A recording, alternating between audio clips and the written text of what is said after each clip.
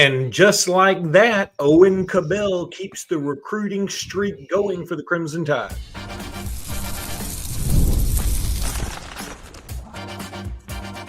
You are Locked On Bama, your daily podcast on the Alabama Crimson Tide, part of the Locked On Podcast Network, your team every day. Hey, everybody. Welcome back into Locked On Bama, AHSA Radio Network's Luke Robinson. That's me.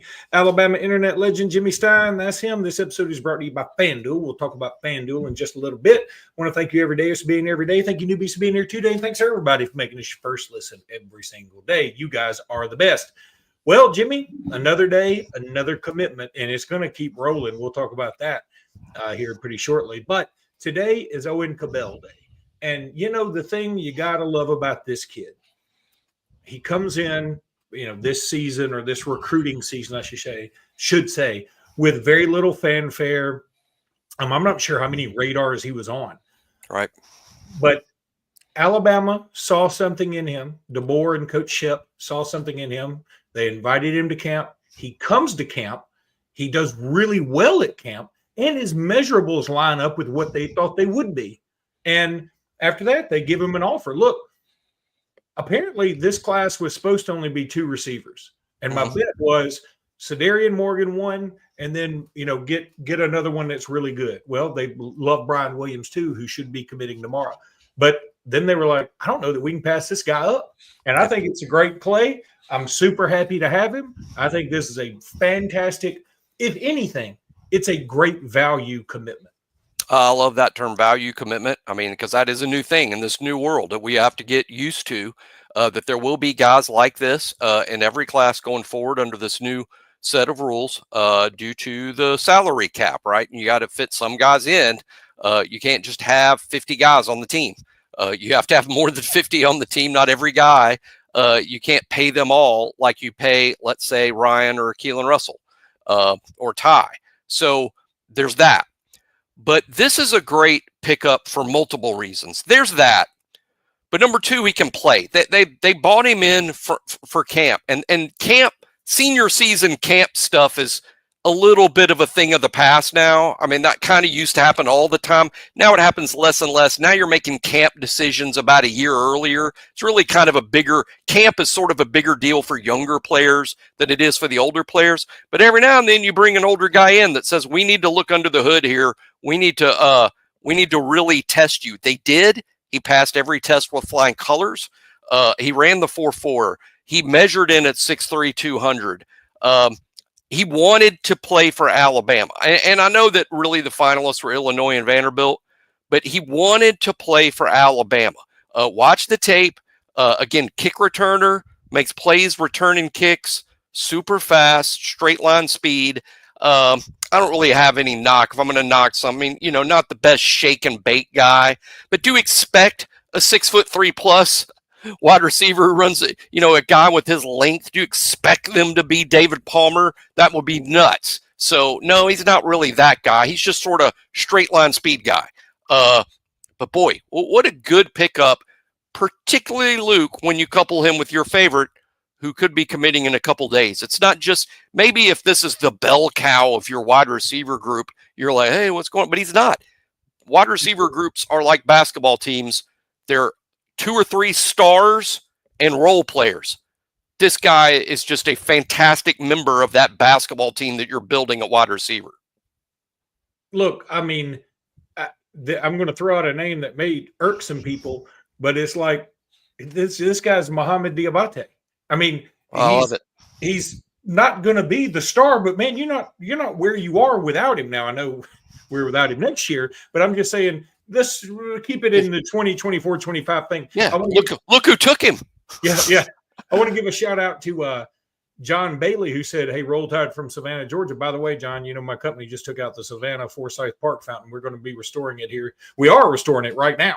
So, but that's cool, and we'll bring it back. Then, because she likes to one-up people, Tara Whittle said, Roll Tide from 37,000 feet. She's either climbing Mount Everest or in a plane.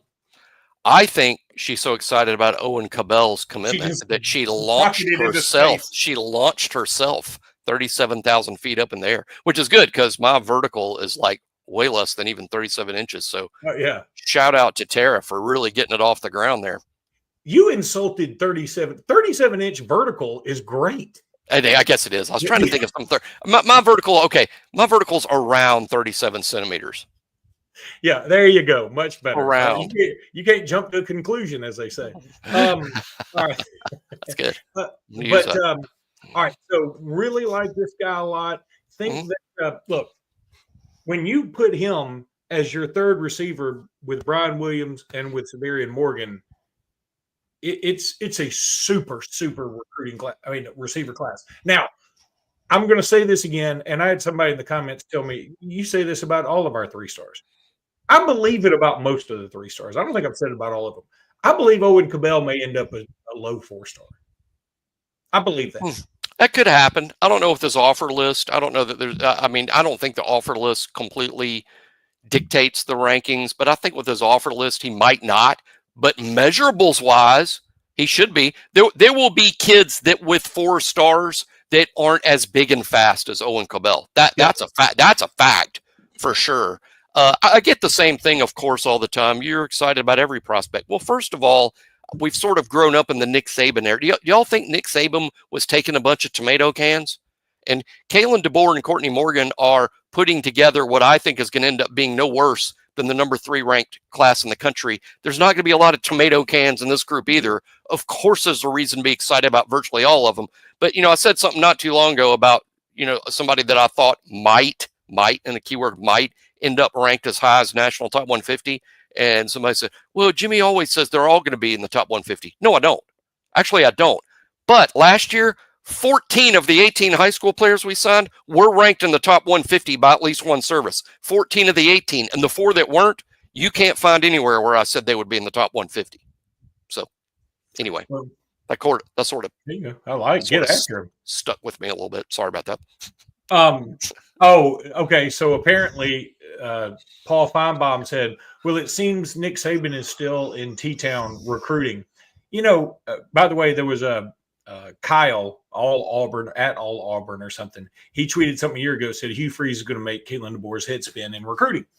And I thought it was a dumb comment then. I still think it's a dumb comment now. Looks pretty dumb right now. Yeah, but and I know Saban was there when E.J. Crowell committed. But, DeBoer wasn't there for a reason. He went to Keelan Russell's sister's funeral.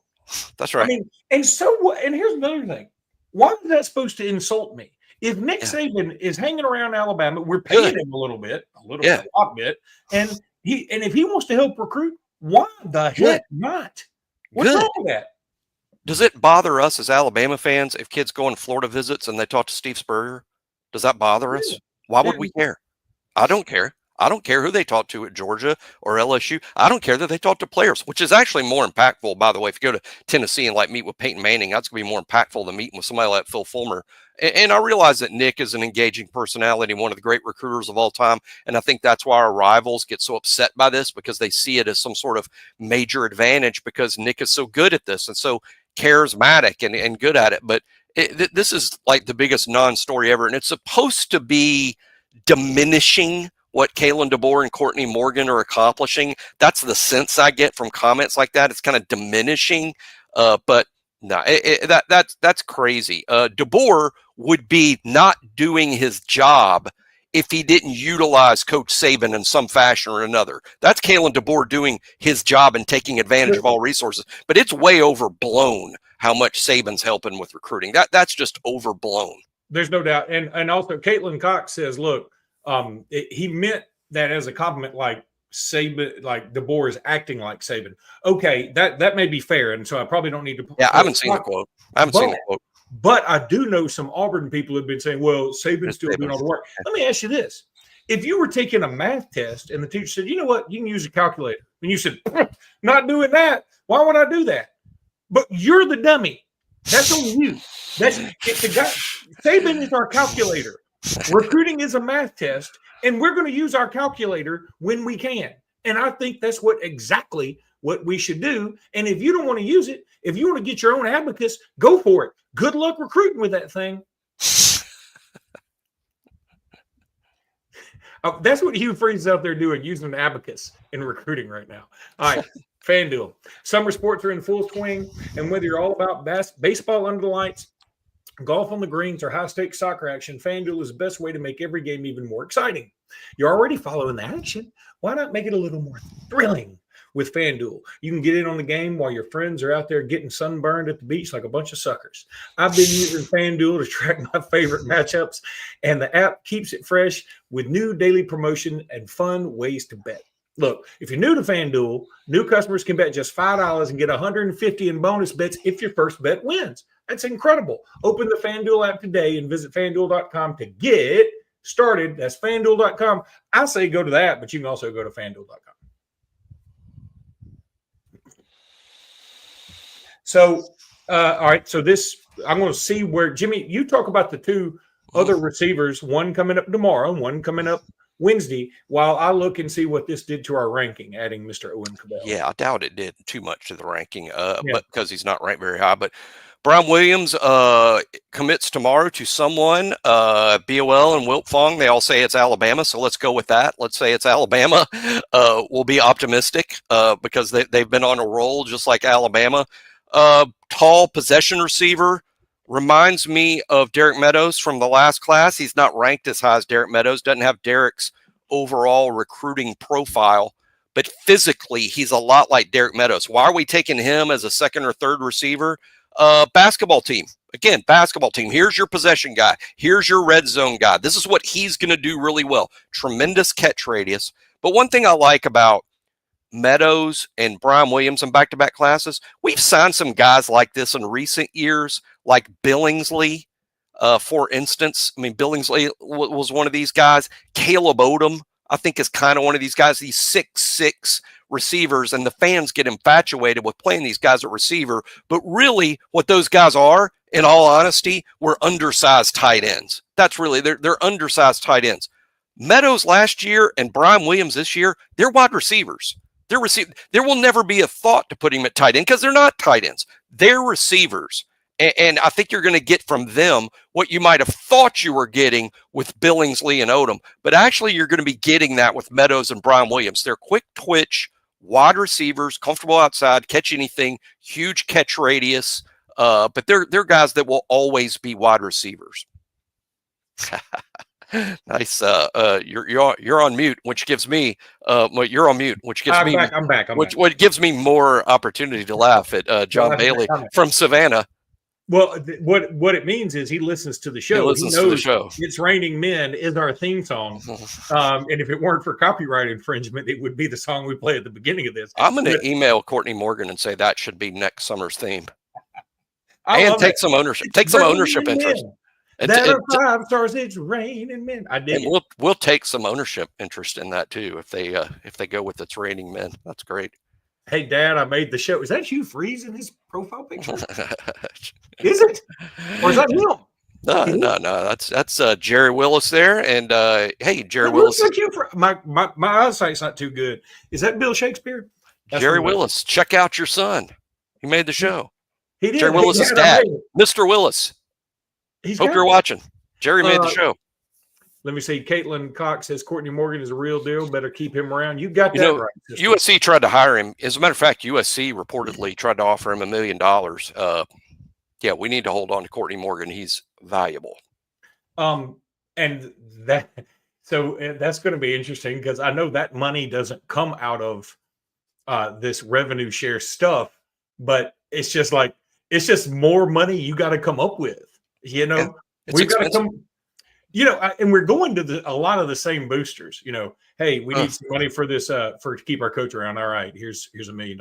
We also need to get Courtney Morgan. All right, here's 100,000. We also got to get these two guys out of Birmingham that are must-haves for the football team. Okay, here's another 100,000, and we got to get this basketball guy. Here's 50,000. And it's not like we're Texas where we can just go through the Rolodex and say, hey, we've been wearing out Bob. Let's switch over here to Chad.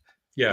No, it's just a small handful of guys at Alabama that A, have that sort of ability to help, and B, want to.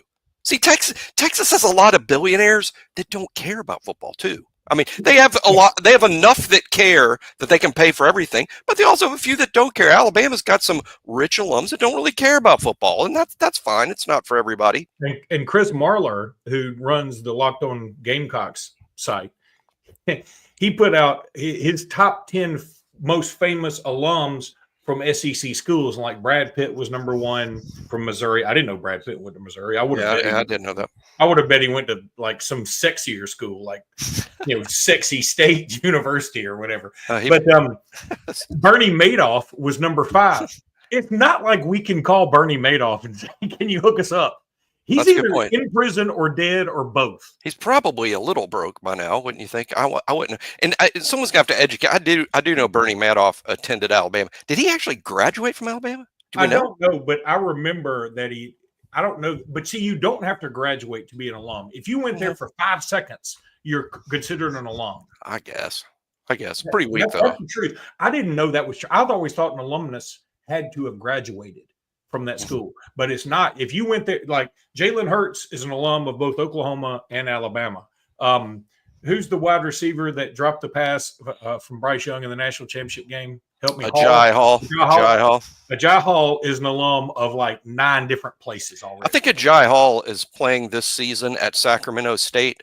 Is he really? Yeah, and they're applying every week for membership into the FBS, and it keeps being denied. I wonder if it has something to do with Agiye Hall. Yeah. Like, no, not that guy. Just kidding, Agiye. I hope you put it together and have a 1,000-yard season. Actually, I'd be excited for that to happen. We know you love the show, Agiye. It'd be something if like he had a great season, then transferred back to Bama. It'd have to be like midseason. I think he's on like year 7, stretching this out. He must have got 2 or 3 COVID years. Seems like he's been around a while. Yeah. Well, he was around in 2021. That's a while back now. I'd like for him to get an extra year just to piss off the Kai Ziegler, who couldn't get one. All right, that's going to do it for today's show. We'll be back tomorrow with a regular show, and then probably back with a live show because we get another receiver commitment tomorrow. Possibly. Until then, roll tide, everybody. Roll tide.